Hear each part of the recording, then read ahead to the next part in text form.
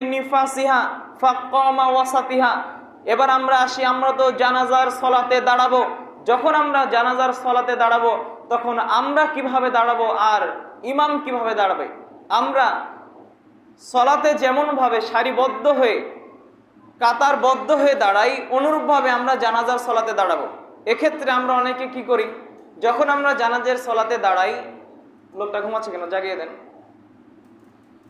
তো যখন আমরা জানাজার সলাতে দাঁড়াই তখন আমরা অনেকে দেখি এরকম যে পায়ের স্যান্ডেলটা খোলার পরে স্যান্ডেলের উপরে দাঁড়ায়।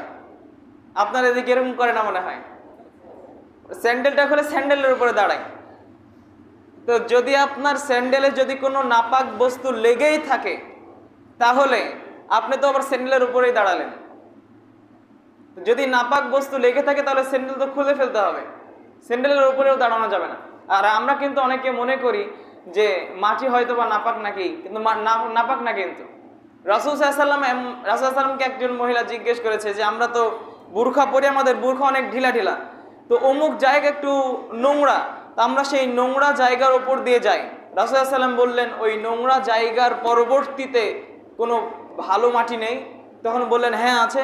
তাহলে তার পরবর্তী ওই ভালো মাটি হলো এই নোংরা পরিষ্কারকারী। তার মানে আপনি যে হেঁটে গেলেন, আপনার পায়ে যে একটু নোংরা ঠেকে গেল, লেগে গেল, তো পরবর্তীতে আপনি যে ভালো মাটিতে হাঁটলেন, ভালো মাটিতে হাঁটার কারণে আপনার সেই নোংরা কি হয়ে গেছে, পরিষ্কার হয়ে গেছে পানি দেওয়ার আগেই। এটা হলো ইসলাম, সহজ। তো যদি লেগেই থাকে তাহলে একেবারে খুলে ফেলতে হবে। এবার আসি, আমরা তো ইমামের পিছনে দাঁড়ালাম, তো ইমাম কোথায় দাঁড়াবে? রাসূল সাল্লাল্লাহু আলাইহি ওয়াসাল্লামের ব্যাপারে বলছে যে রাসূল সাল্লাল্লাহু আলাইহি ওয়াসাল্লাম একজন মহিলা বাচ্চা প্রসব করতে গিয়ে মৃত্যুবরণ করেছে।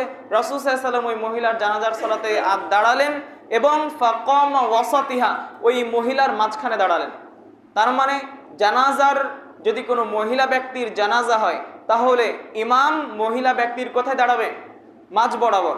আর যদি পুরুষ ব্যক্তি হয় তাহলে ওই ব্যক্তির মাথা বরাবর। মহিলা ব্যক্তি হলে মহিলার মাঝ বরাবর ইমাম দাঁড়াবে, দাঁড়িয়ে জানাজার সালাত আদায় করাবে। আর যদি পুরুষ হয় তাহলে তার মাথা বরাবর দাঁড়াবে। এবার আমরা আসি, জানাজার সালাত মসজিদে আদায় করা যাবে কিনা। আয়েশা রাদিয়াল্লাহু তাআলা আনহা বলেন, ওয়াল্লাহি লাকাদ সাল্লা রাসূলুল্লাহ সাল্লাল্লাহু আলাইহি ওয়াসাল্লাম আলা ইবনে বাইদা ফিল মসজিদ। রাসূল সাল্লাল্লাহু আলাইহি ওয়াসাল্লাম ইবনে বাইদা রাদিয়াল্লাহু তাআলা আনহুর জানাজার সালাত আদায় করেছেন মসজিদে।